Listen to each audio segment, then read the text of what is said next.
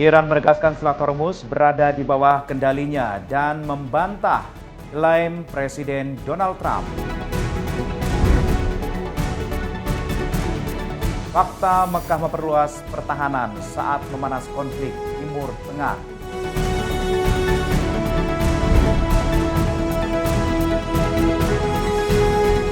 Nasib patung singa basalt ikonik di Suriah masih menjadi misteri.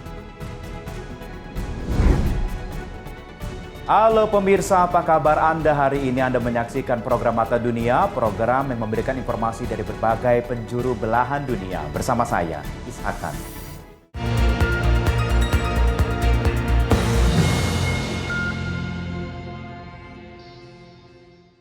Informasi pertama di Mata Dunia kali ini, pemirsa, Iran menegaskan Selat Hormuz masih berada di bawah kendalinya. Pernyataan ini membantah klaim Presiden Amerika Serikat Donald Trump yang menyebut Washington menguasai penuh jalur pelayaran strategis tersebut. Bismillahirrahmanirrahim. ادعاهای واهی آمریکا مبنی بر عبور و مرور عادی شناورها از سنگ هرمز. Pejabat senior politik militer Iran, Rasoul Sanairat menyatakan Teheran tidak akan membuka kembali Selat Hormuz, kecuali pihak lawan memenuhi komitmen dalam kesepakatan sementara. Menurutnya pembukaan kembali jalur air yang menjadi lintasan sekitar 1/5 pasokan minyak dan gas alam cair dunia tidak dapat ditentukan secara sepihak oleh Amerika Serikat. Reuters Kamis 13 Agustus 2026, Sanairat juga memperingatkan jika konflik kembali meledak, Iran akan bersikap lebih tegas dan lebih ofensif dalam menghadapi lawan-lawannya. Pernyataan ini diperkuat Kepala Unit Paramiliter Basit Hossein Taib yang menyebut Selat Hormuz hingga kini tetap berada dalam pengelolaan dan kendali Republik Islam Iran.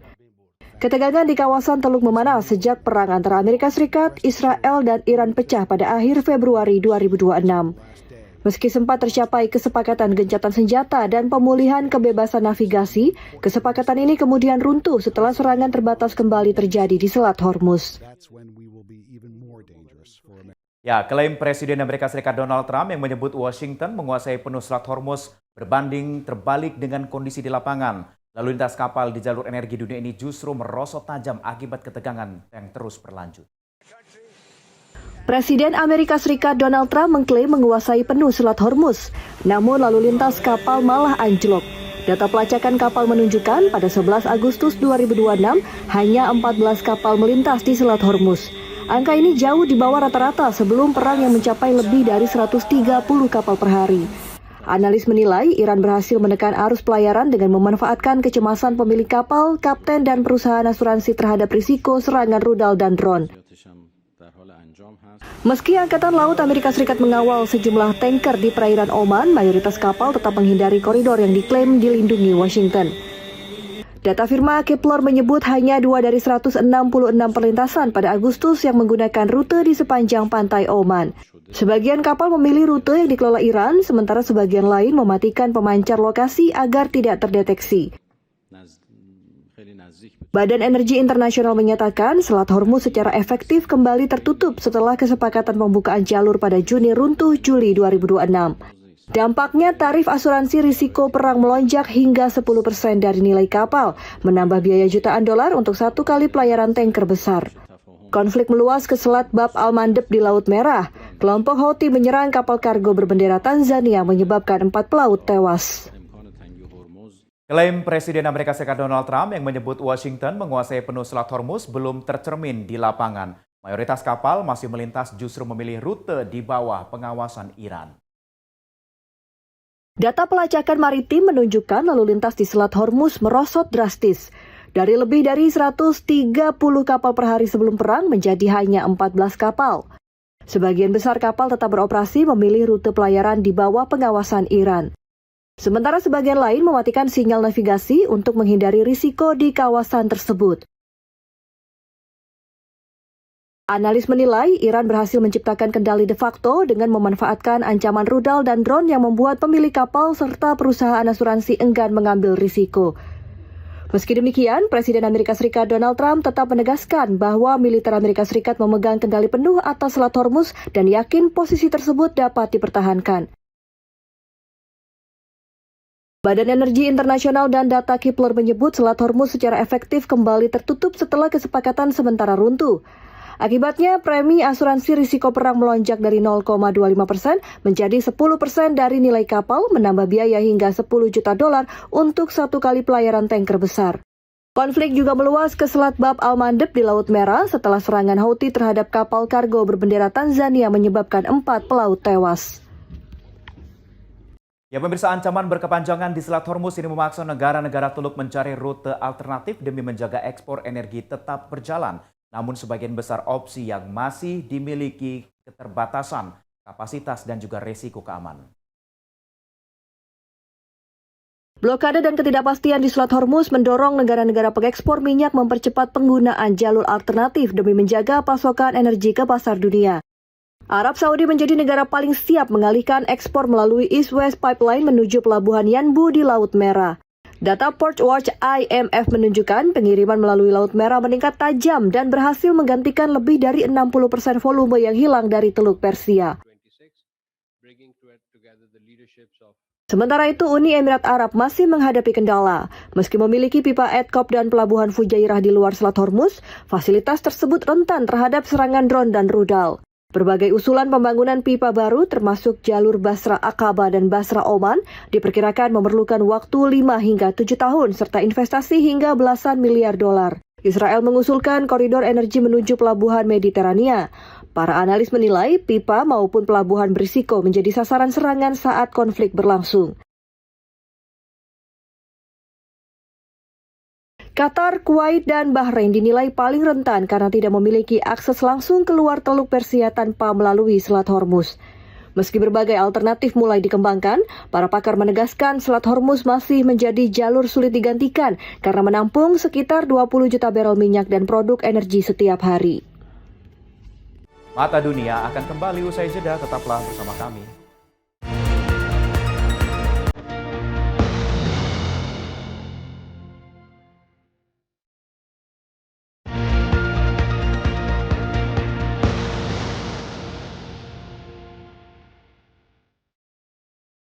Pemirsa, seorang penasihat Komandan Korps Garda Revolusi Iran ini menyatakan Teheran siap memperpanjang konflik dengan Amerika Serikat hingga masa jabatan Presiden Amerika Serikat Donald Trump berakhir.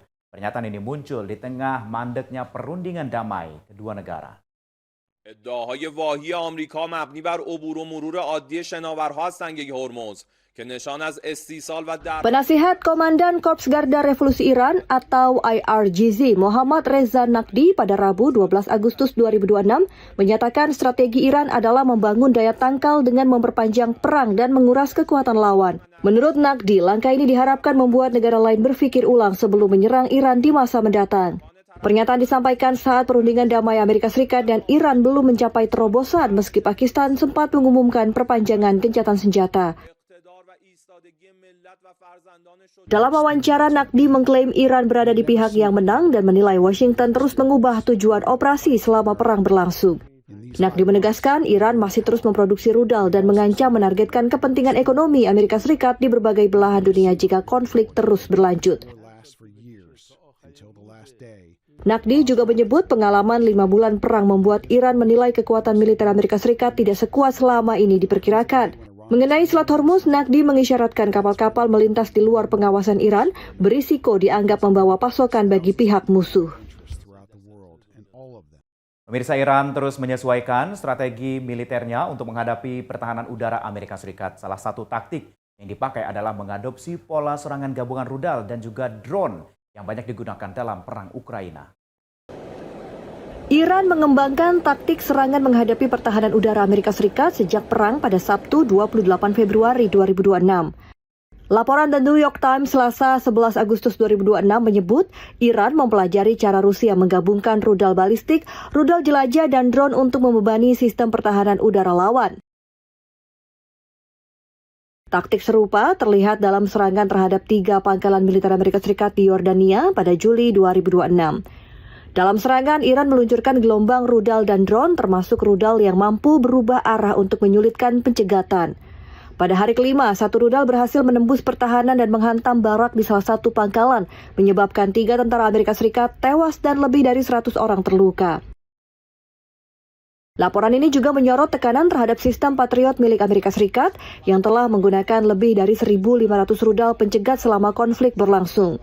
Sebelumnya, Iran menggunakan gerombolan drone membantu menargetkan jet tempur F-15E Amerika Serikat di wilayah selatan Iran.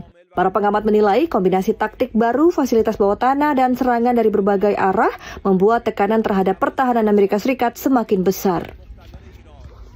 Pemirsa, Turki, Arab Saudi, dan juga Pakistan mulai menyusun langkah implementasi Fakta Pertahanan Bersama Makkah. Kerjasama ini mencakup koordinasi militer tingkat tinggi, latihan gabungan, hingga pengembangan industri pertahanan secara bersama. Kementerian Pertahanan Turki pada Kamis 13 Agustus 2026 menyatakan fakta ditandatangani pada 7 Agustus 2026 bertujuan membangun hubungan pertahanan lebih terinstitusi dan berkelanjutan di antara ketiga negara. Sebagai tindak lanjut, akan dibentuk mekanisme koordinasi strategis melibatkan Menteri Pertahanan, Menteri Luar Negeri, serta Panglima Angkatan Bersenjata dari masing-masing negara. Fakta ini juga mencantumkan rencana latihan militer gabungan melibatkan Angkatan Darat, Laut, Udara, Sistem Pertahanan Udara, serta operasi nirawak. Di bidang industri pertahanan, kerjasama tidak hanya berfokus pada pemulihan alutsista, tetapi juga mengembangkan dan produksi bersama, alih teknologi, serta dukungan logistik berkelanjutan. Beberapa bidang prioritas meliputi pengembangan sistem nirawak dan otonom, perang elektronik, serta teknologi berbasis kecerdasan buatan. Kesepakatan ini juga memuat prinsip pertahanan kolektif di mana serangan terhadap satu anggota akan dianggap sebagai serangan terhadap seluruh anggota, meski Turki menegaskan fakta tersebut tidak dimaksudkan untuk menggantikan NATO. Turki juga menyebut aliansi ini terbuka bagi perluasan keanggotaan di masa depan, dengan Mesir menjadi salah satu negara disebut berpotensi bergabung. Presiden Turki Recep Tayyip Erdogan ini mengungkapkan keinginannya memperluas fakta pertahanan bersama dengan Turki, Arab Saudi, dan juga Pakistan. Aliansi dibentuk saat memanasnya konflik Timur Tengah terbuka bagi negara-negara lain di kawasan. Presiden Turki Recep Tayyip Erdogan menegaskan visi Mecca Joint Defense Agreement tidak berhenti pada 3 negara saja. Menurut Erdogan, aliansi ini diharapkan dapat berkembang menjadi payung kerjasama pertahanan lebih luas di Timur Tengah. Fakta ditandatangani pada Jumat 7 Agustus 2026 memuat klausul pertahanan kolektif, di mana serangan terhadap satu anggota akan dianggap sebagai serangan terhadap seluruh anggota. Menteri Luar Negeri Turki Hakan Fidan menyebut Mesir menjadi kandidat kuat untuk bergabung pada tahap berikutnya, meski masih ada sejumlah kendala teknis yang harus diselesaikan. Erdogan menilai negara-negara kawasan perlu memegang peran lebih besar dalam menjaga keamanan dan stabilitas regional tanpa bergantung pada formula yang datang dari luar kawasan. Menurutnya, perang Amerika Serikat dan Iran selama 5 bulan telah mengubah peta keamanan Timur Tengah dan mendorong negara-negara kawasan meninjau kembali ketergantungan pada payung keamanan Amerika Serikat. Selain memperkuat kerjasama militer, fakta ini juga membuka peluang pengembangan industri pertahanan bersama serta mempererat hubungan bilateral antara Turki dan juga Arab Saudi. Kami akan kembali usai jeda, tetaplah bersama kami.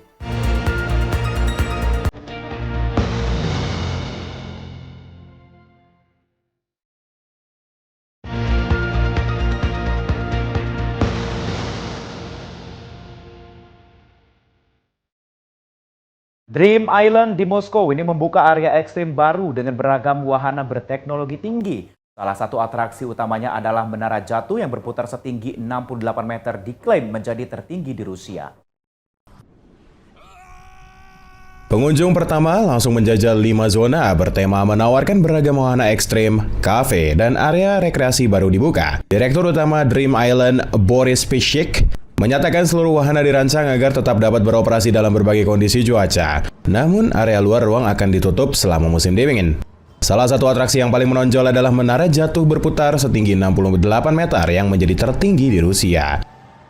Berbeda dengan drop tower pada umumnya, menara ini berputar saat beroperasi sehingga pengunjung dapat menikmati panorama kota Moskow dari ketinggian. Pembukaan resmi dijadwalkan bertepatan dengan peringatan Hari Kota Moskow pada 5 September mendatang. Setelah area dalam dan luar ruang terhubung sepenuhnya, Dream Island akan memiliki 15 zona bertema dan lebih dari 65 wahana. Pengelola mengklaim kompleks ini akan menjadi salah satu taman hiburan terbesar di dunia berdasarkan jumlah wahana. Ya pemirsa, nasib patung singa basalt ikonik di situs Purba Ain Dara Afrin, Suriah ini masih menjadi misteri. Pejabat purbakala menemukan kerusakan parah akibat perang dan juga penggalian ilegal. Kondisi terbaru menunjukkan kondisi kuil basalt Ain Dara dipenuhi batu ukiran berserakan, dinding runtuh, serta relief singa dan makhluk bersayap mengalami kerusakan parah. Kepala Kantor Burbakala Afrin, Batal Khalil, menyatakan sekitar 36 bukit arkeologi di wilayah tersebut mengalami penggalian dan pemindahan tanah. Di sejumlah lokasi, tingkat kerusakan mencapai lebih dari 70%. Kuil Ain Dara mengalami kerusakan berat setelah serangan pada 2018 saat berlangsung operasi Olive Branch. Patung singa basalt menjadi simbol situs masih terlihat pada Juli 2019. Namun menjelang akhir September tahun yang sama, patung dinyatakan hilang. Hingga kini, pihak berwenang masih belum mengetahui keberadaan patung ikonik tersebut. Di tengah ketidakpastian, otoritas Purbakala Surya terus melakukan pembersihan dan perawatan dasar di situs Ain Dara. Dengan harapan warisan bersejarah ini dapat kembali mendukung pariwisata dan kehidupan masyarakat setempat. Pemirsa, hujan meteor Perseid ini menerangi langit malam di wilayah Leningrad, Rusia. Fenomena tahunan ini mencapai puncak pengamatan pada malam 12 hingga 13 Agustus 2026. Rekaman dari desa Kokorevo memperlihatkan kilatan meteor melintas di balik langit berawan, menciptakan pemandangan malam yang memukau. Hujan meteor Perseid terjadi saat bumi melintasi jejak debu ditinggalkan komet Swift-Tuttle. Fenomena tahunan ini berasal dari arah rasi bintang Perseus menjadi asal nama Perseid. Meski masa puncaknya sudah berlalu, hujan meteor Perseid masih berpeluang disaksikan hingga 24 Agustus 2026. Ribuan drone menerangi langit pantai Gawang Gali, Busan, Korea Selatan dalam pertunjukan spesial untuk merayakan ulang tahun ke-30 Pokemon. Karakter ikonik seperti Pikachu hingga Gyarados ini juga muncul di langit malam. Sebelum pertunjukan dimulai, patung-patung Pokemon menyambut pengunjung di stasiun Busan. Malam harinya ribuan drone membentuk berbagai karakter favorit Pokemon di atas pantai Gwangali. Pertunjukan ini menarik lebih banyak pengunjung dibandingkan atraksi drone mingguan yang biasa digelar di lokasi yang sama. Banyak keluarga dan penggemar Pokemon datang dari berbagai daerah menyaksikan momen spesial ini. Acara ini menjadi bagian dari Pokemon Mega Festa 2026, mengusung tema Pokemon Relaxing Vacation. Festival dimulai sejak 17 Juli ini menyajikan beragam aktivitas bertema Pokemon dan berlangsung hingga 9 Agustus 2026. Pemirsa, informasi tadi juga sekaligus mengakhiri perjumpaan kita di Mata Dunia kali ini. Akhirnya saya Ishakan yang mewakili seluruh kru dan juga kerabat kerja yang bertugas pamit dari hadapan Anda. Sampai jumpa.